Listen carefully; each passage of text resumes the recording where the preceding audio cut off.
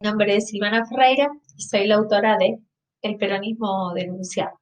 Quería contarles la historia de este libro, un poco las causas y los azares. Para eso me tengo que ir hasta el año 2001, cuando era estudiante de la carrera de Historia de la Universidad Nacional de Mar del Plata. Ahí estudié con Gustavo Contreras, que hoy es el director de la colección donde escribo este libro, así que fuimos compañeros de cursada, después también compartimos las becas de investigación y bueno, tuvimos la oportunidad de ingresar a la carrera de investigador del CONICET y trabajar de lo que nos gusta eh, y de poder además trabajar en algún proyecto conjunto como en este caso. La colección que pueden ver detrás mío tiene un formato de divulgación y bueno, trata de acercar distintos problemas de la historiografía en torno al peronismo de los últimos años.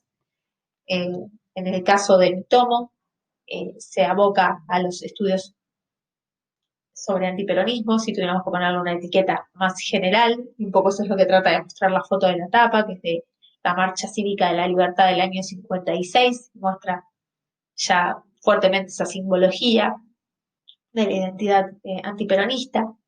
El antiperonismo, si bien no es el protagonista exclusivo del relato, sí es importante porque es un puente entre mis investigaciones doctorales que tenían que ver con la historia del Partido Socialista Democrático y estas investigaciones que tienen que ver con la Comisión Nacional de Investigaciones, que es la verdadera protagonista del libro. Esa comisión se creó en el año 55 tras el golpe de Estado que derrocó al peronismo, ese golpe que se autoproclamó Revolución Libertadora, tuvo una imaginación institucional vasta y creó estas comisiones que buscaban detectar supuestas irregularidades en el gobierno anterior. Eran algo así como un acompañamiento para el Poder Judicial, ya que estas comisiones iniciaban las causas que indagaban sobre esas irregularidades y era después la justicia la encargada de dictar condena en torno a ellas.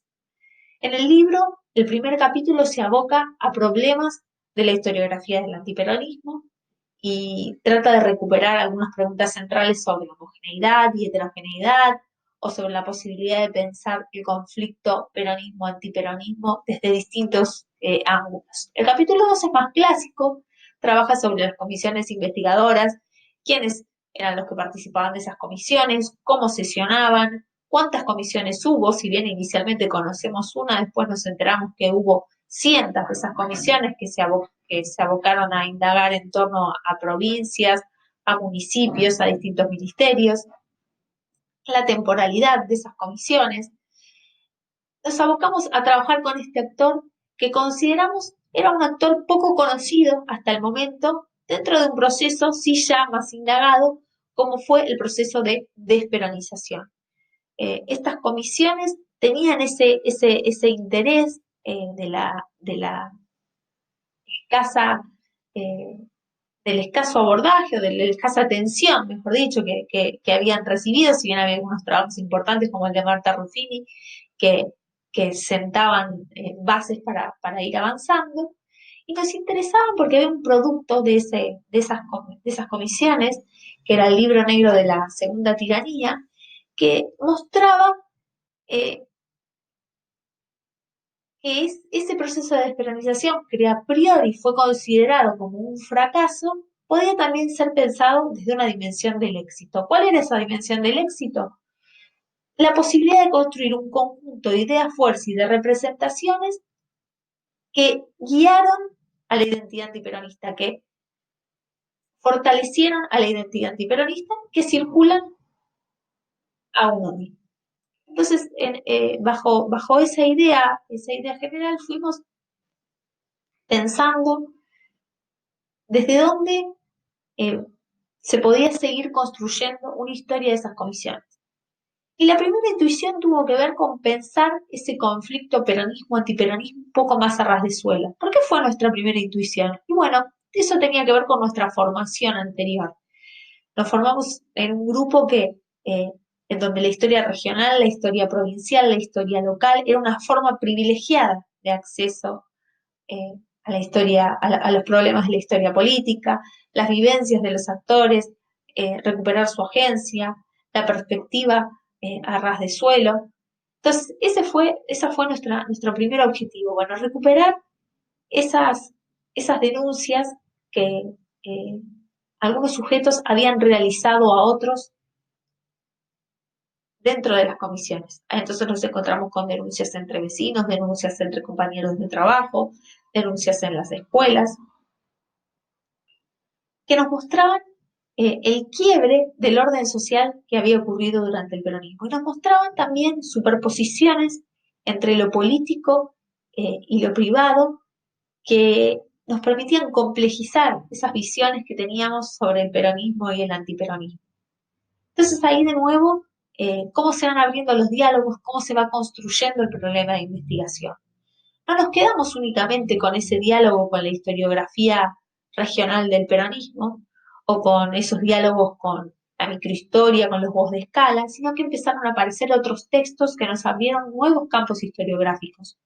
El texto de Flavia Fiorucci, por ejemplo, sobre las denuncias en el campo escolar, nos abrió un universo de preguntas sobre el consenso social en dictaduras o las denuncias de gente corriente en contextos totalitarios que eran muy pertinentes para pensar este escenario. Y aparecieron también algunas preguntas que venían del campo de la justicia transicional, que tenía que ver con pesar estas comisiones investigadoras junto con otras comisiones investigadoras que hubo en la historia argentina. La que más conocíamos era la CONADEP, que parecía tener poco que ver con esta comisión investigadora del 55. Sin embargo, una expresión, una construcción de los años más cercanos al presente, que fue la CONAEP, Comisión Nacional de Ética Pública, que construyó la oposición al kirchnerismo, nos permitía como vincular históricamente ambos procesos. Y a partir de esa continuidad de pensar esos hilos históricos, es que nos empezamos a interesar cada vez más por el problema de los usos políticos de la acusación de corrupción. La representación sobre lo corrupto, las asociaciones entre peronismo y corrupción, fueron las que empezaron a resultar más interesantes de ese universo de representaciones que aparecían en los expedientes de las comisiones. Como ya sabemos, toda historia es historia contemporánea, y el momento en el que estábamos escribiendo el libro hizo que ese eje, ese enfoque fuese uno de los privilegiados. ¿Y qué preguntas nos empezamos a hacer? Bueno, nos pareció interesante este enfoque de los usos políticos de la acusación de corrupción para dejar de pensar lo corrupto como algo esencialista, únicamente desde lo moral, sino tratar de enfocarlo desde lo histórico. ¿Qué era ser corrupto en el año 55? ¿Era solamente o era enriquecerse a partir de la utilización de lo público, de la apropiación de lo público, o había otras aristas? ¿Qué rol tuvo lo moral? ¿Qué rol tuvo lo partidario en relación a esa idea de corrupción? Y bueno, exploramos un poco esas distintas representaciones que se aparecen en los expedientes, en las memorias de las comisiones, y encontramos, nos gusta pensarlas en torno a dos grandes tradiciones sobre las denuncias de corrupción. Y una tiene que ver con pensar las denuncias de corrupción como una lucha por la virtud cívica, mientras que para la otra, las denuncias de corrupción son una muestra de ataque a los gobiernos nacional populares. En las paradojas, en las tensiones, en las aporías entre estas dos eh, tradiciones nos gustó construir nuestro relato. Por supuesto, teniendo en cuenta que en las aporías siempre puede haber desequilibrios de poder y que esa mirada al pasado que construye el historiador tiene la obligación de desarticular y de desandar esas dominaciones.